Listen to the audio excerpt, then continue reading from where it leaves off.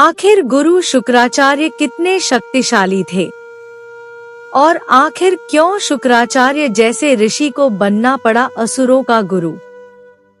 हिंदू धार्मिक ग्रंथों में देवताओं के अधिपति के रूप में इंद्र को और उनके गुरु के रूप में बृहस्पति को और परमिष्ठ के रूप में विष्णु जी को माना जाता है। दूसरी और दैत्यों के अधिपति के रूप में हिरण्याक्ष और हिरण्यकश्यप को माना जाता है और दैत्य के गुरु की उपाधि स्वयं शुक्राचार्य को मिली है। वहीं दैत्यों के परम इष्ट स्वयं भगवान शिव को माना जाता है।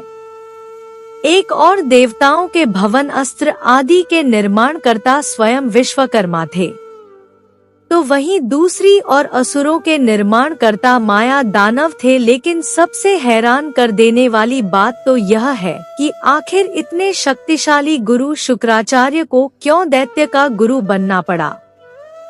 दरअसल शुक्राचार्य के संबंध में काशी खंड, महाभारत इत्यादि पर्व में अनेक कथाएं वर्णित है। अनेक शास्त्रों में अलग अलग कथाओं के रूप में गुरु शुक्राचार्य को दर्शाया गया है कि वह कैसे दैत्यों के गुरु बने थे।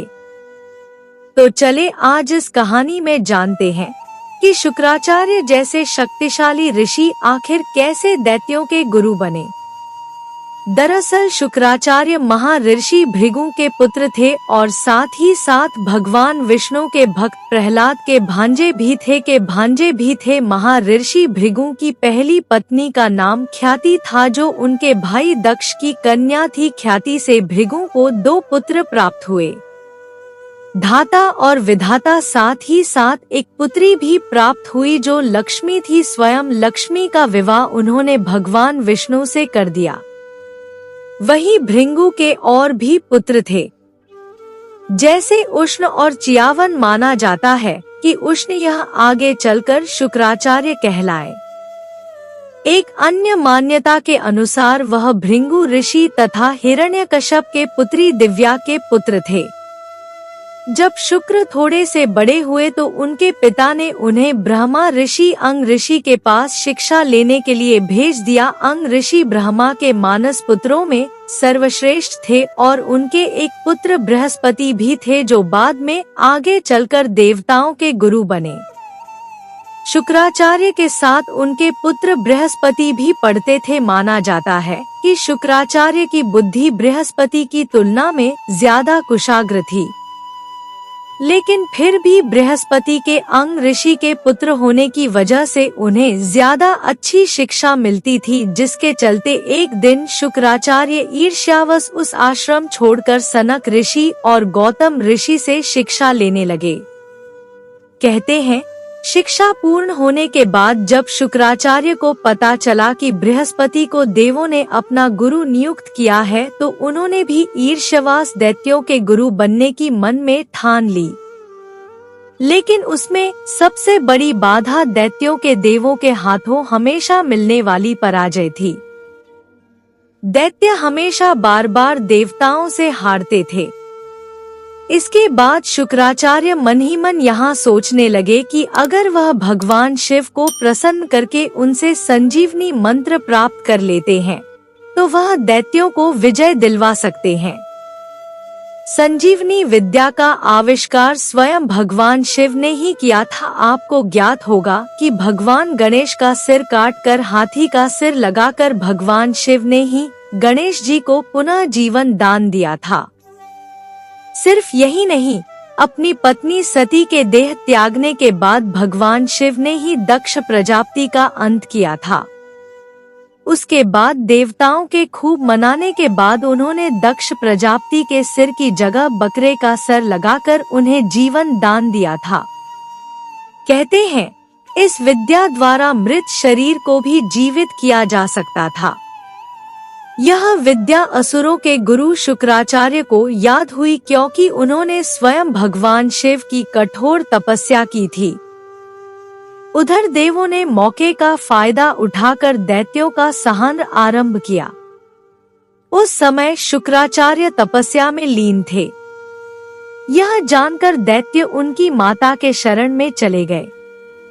ख्याति ने दैत्यों को शरण दी और जो भी देवता दैत्यों को मारने आता, वो उसे मूर्छित कर देती या फिर अपनी शक्तियों से उनका लकवा ग्रस्त कर देती। ऐसे में दैत्य बलशाली हो गए और धरती पर लगातार पाप बढ़ने लगा। तब धरती पर पुनः धर्म की स्थापना के लिए भगवान विष्णु ने शुक्राचार्य की माता और भृंगु ऋषि की पत्नी ख्याति का सुदर्शन चक्र से सिर धड़ से अलग कर दिया और दैत्यों के सहार में देवों की ओर से समूचे जगत की मदद भी की। जब इस बात का पता शुक्राचार्य को चला तो उन्हें भगवान विष्णु पर बहुत क्रोध आया और उन्होंने मन ही मन उनसे बदला लेने की ठान ली और तब तक वह भगवान शिव की कठोर तपस्या को पूर्ण कर चुके थे और उनके तपस्या से प्रसन्न होकर भगवान शिव ने उन्हें संजीवनी मंत्र दे दिया। फिर शुक्राचार्य ने दैत्यों के राज्यों को पुनः स्थापित कर अपनी मां की मृत्यु का बदला लिया। ऐसा माना जाता है कि तब से शुक्राचार्य और भगवान विष्णु एक दूसरे के कड़े शत्रु बन गए।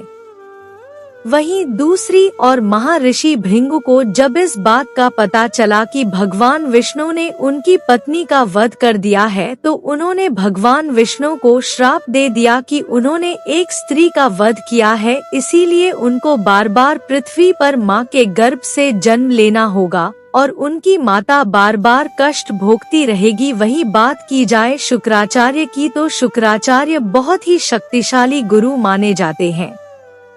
मत्स्य पुराण के अनुसार शुक्राचार्य का वर्ण श्वेत है और इनका वाहन एक रथ है महान ज्ञानी जिसमें अग्नि के समान 8 घोड़े जुते हुए हैं।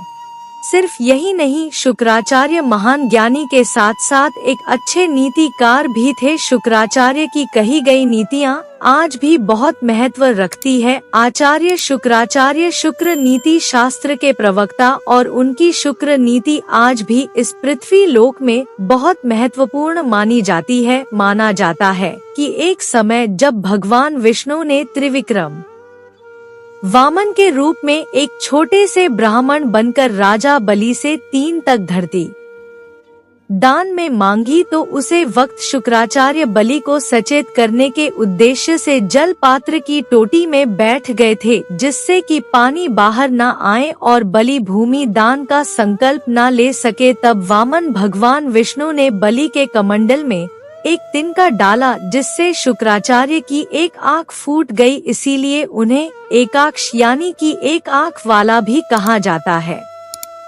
उम्मीद करती हूँ यह कहानी आप लोगों को अच्छी लगी होगी। अच्छी लगे तो लाइक करें, अपने दोस्तों के साथ शेयर करें, मेरे चैनल को सब्सक्राइब करें और कमेंट में श्री हरि विष्णु अवश्य लिखें। अवश्य लिखें। कहानी सुनने के लिए बहुत बहुत धन्यवाद। मिलती हूँ एक और अच्छी कहानी के साथ।